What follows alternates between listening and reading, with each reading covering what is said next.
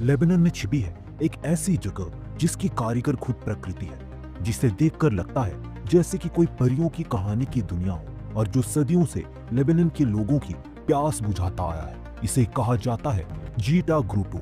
ये दो हिस्सों में बटा विशाल लाइमस्टोन केव्स का एक सिस्टम है। लोअर ग्रूटो को आप छोटे नाव में बैठकर देख सकते हैं, जहां एक 6 किलोमीटर लंबी शांत सी नदी बहती है जो पूरे शहर को पानी सप्लाई करती है। अपर ग्रूटो इसके ठीक ऊपर है और सूखा है, जहां दुनिया की सबसे लंबी स्टैलेक्टाइट मौजूद है। इसकी लंबाई लगभग 8.2 मीटर है। छोटे छोटे क्रिस्टल फॉर्मेशन के साथ 1000 सालों से भी ज्यादा पुरानी ये गुफाएं एक अलग ही दुनिया जैसी लगती है। यही वजह है कि ये लेबनान का सबसे बड़ा टूरिस्ट स्पॉट है।